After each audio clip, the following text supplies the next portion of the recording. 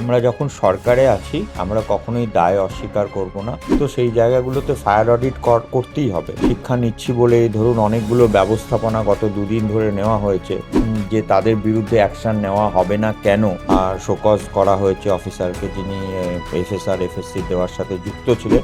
Zero tolerance, cut money, ঘুষ, zero tolerance. এবং অভিযোগ আসলে সরাসরি আপনারা দপ্তরে আসুন, অভিযোগ জানান। দেখুন, আমরা খুব বেশি জোর দিচ্ছি প্রিভেনশনে।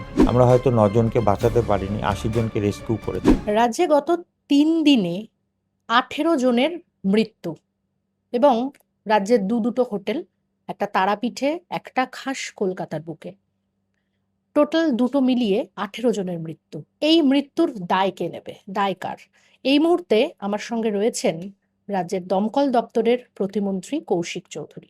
তার সাথে কথা বলে নেব, জেনে নেব পুরো বিষয়টা। দাদা, আমি যেটা দিয়ে শুরু করলাম যে এই মৃত্যুর দায় কার? না, আমরা যখন সরকারে আছি আমরা কখনোই দায় অস্বীকার করব না।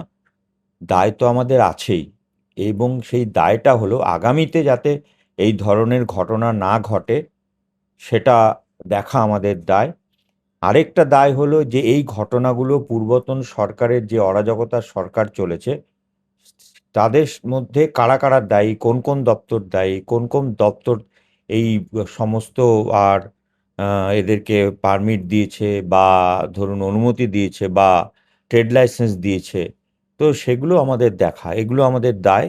এবং আরেকটা দায়, এবং দেখার সাথে সাথে উপযুক্ত ব্যবস্থা গ্রহণ করা।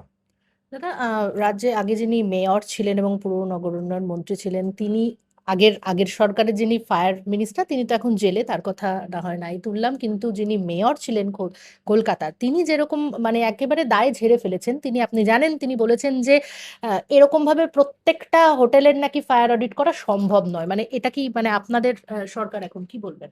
না না, নিশ্চয়ই সম্ভব। ফায়ার অডিট তো করতেই হবে, যেখানে মানুষ প্রত্যেক দিন আসছেন থাকছেন। তো সেই জায়গাগুলোতে ফায়ার অডিট করতেই হবে।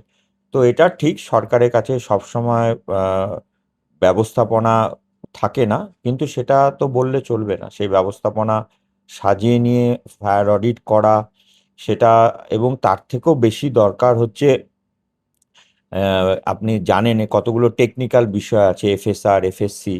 তো সেই বিষয়গুলো আছে কিনা, বা লাইসেন্স ঠিকঠাক সকলে নিচ্ছেন কিনা, সেই বিষয়গুলো দেখা ভীষণ জরুরি। এবং আমরা দায়বদ্ধ যে এটা আমরা দেখে আমরা একটা সুরক্ষিত ফায়ার ব্যবস্থার মধ্যে এই সমস্ত হোটেল রেস্টুরেন্ট আর যা যা আছে, শপিং মল, এদেরকে নিয়ে আসবো। নিয়মে কি কিছু বদল হবে, বা এই যে ঘটনা ঘটে গেল তার সেটা দেখে কি কিছু শিক্ষা মানে নিচ্ছেন আপনারা বা কিছু? অবশ্যই না, সে তো অবশ্যই শিক্ষা নিচ্ছি। শিক্ষা নিচ্ছি বলেই ধরুন অনেকগুলো ব্যবস্থাপনা গত দুদিন ধরে নেওয়া হয়েছে। আজকেও আমরা প্রায় 9টা গেস্ট হাউস, 4টা রেস্টুরেন্ট কাম বার, যেগুলো মির্জা গালিব স্ট্রিটে আছে, যেগুলো আপনারা নিজেরাও দেখেছেন যে এগুলোর কি ভয়ঙ্কর অবস্থা হয়ে আছে। তো 24 ঘন্টার সময় দেওয়া হয়েছে তাদেরকে, যে তাদের বিরুদ্ধে অ্যাকশন নেওয়া হবে না কেন সেটা জবাবদিহি চাওয়া হচ্ছে।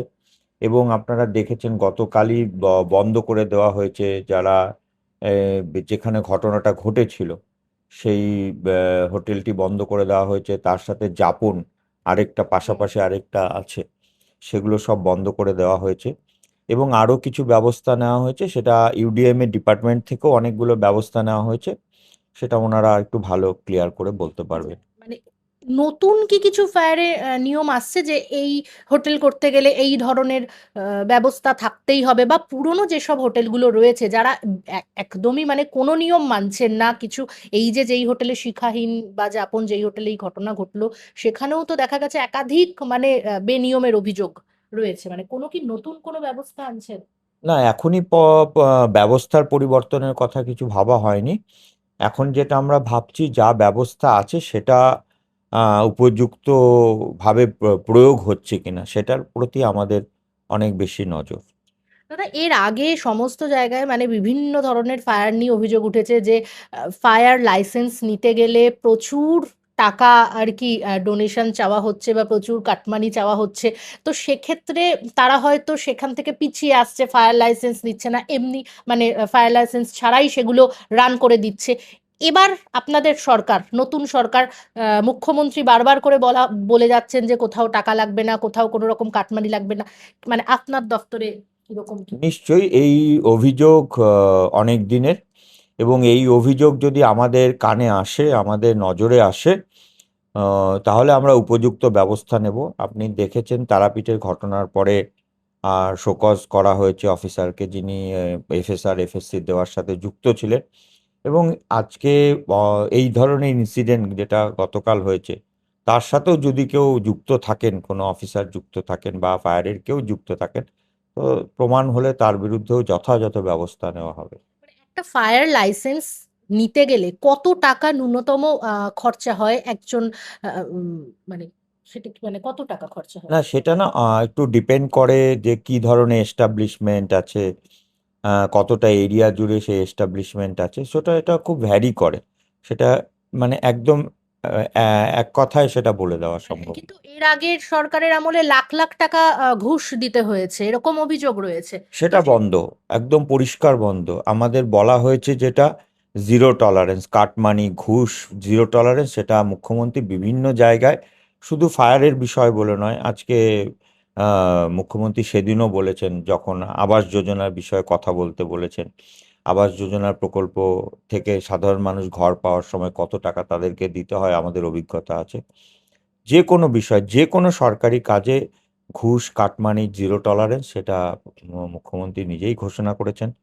মুখ্যমন্ত্রীর নির্দেশে এবং তার পথ প্রদর্শনে আমরা মানে সবসময় চলব। এবারে কেউ তাহলে যদি ফায়ার লাইসেন্স নিতে চায়, মানে যেটুকু ন্যূনতম একদম না। তার খরচা সেটুকুই, কোনো রকম ঘুষ ছাড়া? একদম সরকারি খরচ যেটা সেটুকুই। আপনাদের মাধ্যমে আমি সকলকে জানাতে চাই, এরকম অভিযোগ আসলে সরাসরি আপনারা দপ্তরে আসুন, অভিযোগ জানান, আপনাদের কাছে যদি কেউ টাকা চেয়ে থাকে। দাদা, সেক্ষেত্রে ফুটপাত থেকেও তো আগুন লাগার সমস্যা থাকে, কারণ ফুটপাতে প্রচুর হোটেল এই ধরনের এবং গ্যাস জ্বালিয়ে তারা রান্না করছে। সেক্ষেত্রে কি কোনো ব্যবস্থা নেওয়ার কথা ভাবা হচ্ছে? না, সেটাও আমরা ভেবেছি, তাদের সাথে কথা বলা, ফায়ার সেফটি সম্পর্কে তাদেরকে সচেতন করা। দেখুন, আমাদের তো, আমরা খুব বেশি জোর দিচ্ছি প্রিভেনশনে। কালকে দেখুন ফায়ারের ঘটনা ঘটেছে, আমার দপ্তরের অফিসার কর্মীরা ভালো কাজ করেছেন, ৮০ জনকে রেস্কিউ করেছেন। আমরা হয়তো ৯ জনকে বাঁচাতে পারিনি, ৮০ জনকে রেস্কিউ করেছেন। কিন্তু আমরা বেশি জোর দিচ্ছি প্রিভেনশনের ওপরে, যাতে এই ধরনের ঘটনাকে আমরা খুব মিনিমাইজ করতে পারি। তো তখন বিভিন্ন ধরনের সচেতনতামূলক প্রোগ্রাম করা, সেটা ফুটপাতে যারা করছেন তাদেরকে নিয়ে করা, স্কুল ছাত্র ছাত্রী, কলেজ সকলকে নিয়ে, এটা আমাদের কন্টিনিউয়াস প্রসেস, এটা চলছেও।